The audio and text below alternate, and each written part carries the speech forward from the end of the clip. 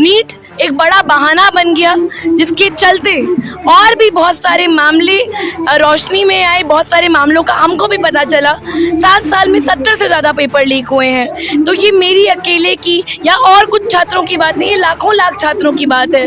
हो सकता है वो जो अब पेपर ना भी दे रहे हो, एलिजिबल ही ना हो, उनकी भी बात है, क्योंकि एनटीए जो है वो लगातार हमारे भविष्य के साथ खिलवाड़ कर रहा है, लगातार हमारे साथ एक भद्दा मजाक कर रहा है। एनटीए का एग्जाम हुआ, उसके बाद से नेट और जेआरएफ का एग्जाम लीक हुआ और निरस्त हुआ, उसको लेकर के लगातार प्रोटेस्ट चल रहा है। उन प्रोटेस्टों में, उन धरनों में एक चेहरा आपने देखा होगा, जो नीट का एग्जाम दे करके आई और सड़कों पे लड़ाई लड़ रही हैं। हम इनसे बात करेंगे कि इनका संघर्ष, मैं बता दूं, इस तरीके से रहा है। इतनी जगह चोटें आई हुई हैं, एक लड़की होने के बावजूद गला का आवाज भी खराब हो चुका है। क्या कहना चाहेंगे इन संघर्षों के पीछे और नीट के बारे में? देखिए, ये सिर्फ नीट का या नेट जेआरएफ का संघर्ष नहीं है। एनटीए जो बहुत सालों से लगातार नाकाबिल, नाकामयाब सिद्ध हुआ है हमारे पेपर कराने के लिए, ये उसके खिलाफ संघर्ष है। सरकारें हमें बता रही हैं कि देखिए, आपका मामला इतना गंभीर नहीं है कि एनटीए को भंग कर दिया जाए, सिर्फ एक डायरेक्टर जनरल को हटाएंगे और आप शांत हो जाइए। आखिर क्यों शांत हो? हम सवाल कर रहे हैं कि हमारी सालों साल की मेहनत होती है एक पेपर की तैयारी करने में, आप उसे 24 घंटे के अंदर रद्द कर देंगे और हम चुप नहीं बैठेंगे। आपसे बात करने आएंगे हम। हमारे शिक्षा मंत्री जो हैं, उनसे हम बहुत प्यार से बात करने गए थे, शांतिपूर्वक ढंग से गए थे। हमारा नारा ही ये था कि शिक्षा मंत्री बाहर आइए, बाहर आके बात करिए। बात करने की जगह वो बुलाते हैं दिल्ली पुलिस को, दिल्ली पुलिस हमसे बात करे, हमको सड़कों से खदेड़ कर उठा लिया जाता है। जबकि एनटीए के अफसर अभी भी अपने इसी कमरों में बैठे हुए हैं, अभी भी अपनी कुर्सियां गर्म कर रहे हैं उस ठंडे माहौल में, और हम यहाँ गर्म सड़कों पर गर्म धूप में उतरे हुए हैं कि हमको न्याय मिल पाए।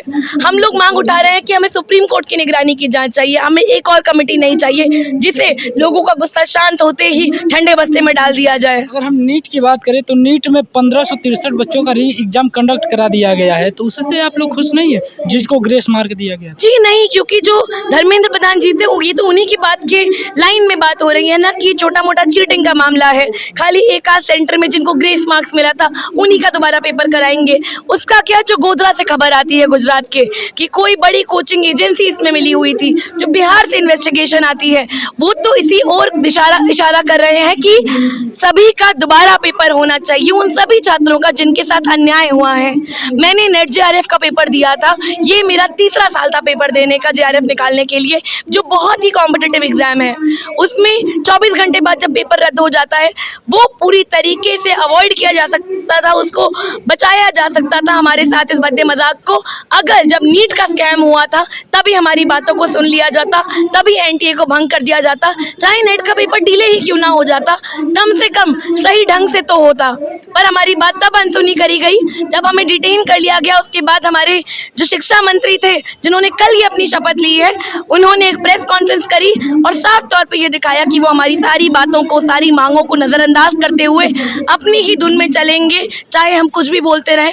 तो अब हमारी यही मांग है कि वो भी इस्तीफा दें, यूजीसी चेयरमैन, एनटीए चेयरमैन भी इस्तीफा दें और हमारी बात सुने। कल हमने एक छात्र संसद करी थी, जिसमें हमने ये मांग उठाई थी कि लोकसभा में जो भी बात पारित होगी, वो पहले हमारी छात्र संसद से हमारी मांगों से होते हुए पारित होगी। हमारा प्रस्ताव यही है कि एनटीए को भंग करके उसके अधिकारियों को बर्खास्त किया जाए, शिक्षा मंत्री और यूजीसी चेयरमैन इस्तीफा दें। और ये जो कोचिंग सेंटरों का माफिया है, जिससे साल दर साल शिक्षा का व्यवसायीकरण होता है, बाजारीकरण होता है, शिक्षा को बेचा जाता है बड़े बड़े कोचिंग सेंटर्स में, उनको बैन किया जाए। क्योंकि इस लीक में भी हमें जो एक बड़ा नाम सामने आता दिखता है, वो कोचिंग सेंटरों का ही है। सवाल यही उठता है कि जब आप लोगों ने मांग की है एनटीए को हटाया जाए, जो पहले चीज़ें होती थी, जो आईआईटी को आईआईटी कंडक्ट कराता था, नीट को नीट ही कंडक्ट कराता था, तो आखिर एक ज़रूरत क्या पड़ी एनटीए को बीच में लाने की? देखिए, एनटीए जो बॉडी है वो बहुत आर्बिट्रेरीली बनाई गई है, मतलब बहुत ही पेचीदा तरीके से उसको बना दिया गया था और उसके बाद साल दर साल लीक होते हैं, पर वो शायद इतने बड़े दर्जे के पेपर में नहीं हुए थे, इसीलिए मुख्य धारा की जो मीडिया है वो उसको कवर नहीं कर पाई उतने सशक्त तरीके से। पर अब जब ये बात सामने आ ही गई है कि एनटीए नहीं करा पा आ रहा है पेपर, तो पहले वाली प्रणाली पे जाया जाए या फिर सुप्रीम कोर्ट जो भी कहे कि एक नई प्रणाली बनाई जाए और नए तरीके से पेपर कराया जाए। क्योंकि क्या गारंटी है कि पिछली बार जो पेपर लीक हुआ, जो मेरा नेट का पेपर लीक हुआ या नीट का पेपर लीक हुआ है, जब एनटीए उसे दोबारा कराएगा तो उसमें कोई धांधली नहीं होगी, उसमें कोई गड़बड़ी नहीं होगी। हम भी बात करते हैं लड़कों से, तो यही संज्ञान में आ रहा है कि एक फिजिक्स में 1 नंबर पाने वाला 720 में 720 कैसे ला देता है। इसको किस तरह से देखती हैं? जो 1 नंबर फिजिक्स में लाया है 720 में 720 ला करके वो टॉप कर गया है। जितना दिल्ली एम्स में सीट नहीं है जनरल की, उससे ज़्यादा लोग टॉपर बन जा रहे हैं। देखिए, यही तो चिंताजनक बात है कि जिस परीक्षा में हर साल 1, 2, 3 से ज़्यादा 3 लोग अव्वल आते थे, उसमें इतने लोगों के पूरे नंबर आ जाते हैं और उसके बाद ये इसे ज़्यादा एप्लीकेंट्स का कारण बताते हैं, बोलते हैं कि हमारे छात्र ज़्यादा ही समझदार हो गए हैं। अरे आपके छात्र समझदार हो गए हैं तो क्या आप चाहते हैं कि वो बार-बार पेपर देते रहें? या फिर अगर इतने ही समझदार हो गए छात्र तो पहले ही कोचिंग सेंटर बंद करिए, छात्र शायद खुद से ही पढ़ लेंगे। क्या ज़रूरत है फिर? आप लोग जाँच करने को तैयार नहीं हैं।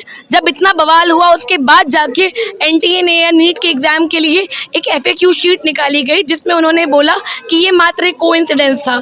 जो लोगों के 2 या 3 नंबर कम आए, जो पॉसिबल ही नहीं है, उसमें इन्होंने बोला कि ये ग्रेस मार्क्स दिए गए। तो कब बताया गया आपने? कैसे ये ग्रेस मार्क्स का फॉर्मूला बनाया गया? इस पर भी कोई बात नहीं रखी गई है। मुझे याद है जब अन्य एग्जाम के आधार पर एनटीए नीट में ग्रेस मार्क दिया गया था, जो कि नीट में ग्रेस मार्क का कोई कानून नहीं। एग्जैक्टली यही हम बोलना चाह रहे हैं कि ये सारी चीज़ें जो हैं ये मनमर्जी से हो रही हैं। ये सारी चीज़ें एक धांधली है, एक बहुत बड़ा स्कैम है, एजुकेशन का एक बहुत बड़ा स्कैम है, जिस पर हम सवाल उठा रहे हैं। क्योंकि ये षड्यंत्र है शिक्षा से लोगों को बाहर धकेलने का। सिर्फ अभिजात वर्ग के जो लोग हैं, जो कोचिंग सेंटरों से आते हैं, उनको बड़े बड़े संस्थानों में जगह देने का ये एक बहुत बड़ा स्कैम है, जो हमें रोजगार के क्षेत्र में भी दिखता है। जब पेपर लीक एम्प्लॉयमेंट के लिए जो पेपर होते हैं, रेलवे के जो पेपर होते हैं, उनमें होता है। तो ये खुले तौर पर हमें पता चल रहा है कि जो अपने आप को युवाओं की सरकार होने का दावा करती है, ये सरकार युवाओं के खिलाफ सरकार है। ये युवाओं के भविष्य के साथ खिलवाड़ करने वाली सरकार है। और जब तक हमारी बात नहीं सुनी जाएगी, हम लोग सड़कों पर आते रहेंगे, लगातार आते रहेंगे। जब तक ये संसद सत्र में हम तब तक आते रहेंगे, जब तक हमारी मांगों को सुना ना जाए, एनटीए को भंग ना करा जाए। यहाँ पे इन बच्चों का कहना है कि एनटीए को भंग कर दी जाए, नहीं तो इनका आंदोलन जारी रहेगा। और अभी भी यहाँ पे हम देख सकते हैं कि जो आयशा के लोग हैं, JNU, DU और तमाम देश के जो लोग हैं, वो यहाँ पे आमरण अनशन पे बैठे हुए हैं कि अनिश्चितकालीन धरने पर बैठ गए हैं कि उनका कहना है कि इसको निरस्त किया जाए। और मैं भी सरकार से सवाल करना चाहता हूँ कि क्या कारण है, अब एनटीए को क्यों लेकर आए, उसको क्लियरिफिकेशन दीजिए। अब बच्चे जब इतने सारे वीडियोज लीक हो जा रहे हैं, जो स्टिंग ऑपरेशन में पकड़े जा रहे हैं कुछ माफिया लोग, उनके ऊपर कौन सी कार्रवाई किए हैं, कौन सी कार्रवाई हो? वैसे तो अगर कोई आवाज़ उठा देता है तो आप UAPA लगा देते हैं, रासुका लगा देते हैं, लेकिन इन लोगों के ऊपर कौन सी कार्रवाई हो गई है? और जो बच्चे मांग कर रहे हैं कि शिक्षा मंत्री को इस्तीफा देना चाहिए, उनको इस्तीफा क्यों नहीं देना चाहिए? आखिर क्यों उन्हें बचाया जा रहा है? उनको इस्तीफा दे देना चाहिए। पूरी बातचीत पर आप अपनी प्रतिक्रिया हमें जरूर दीजिएगा। मिलेंगे किसी अगले वीडियो में, तब तक के लिए जय।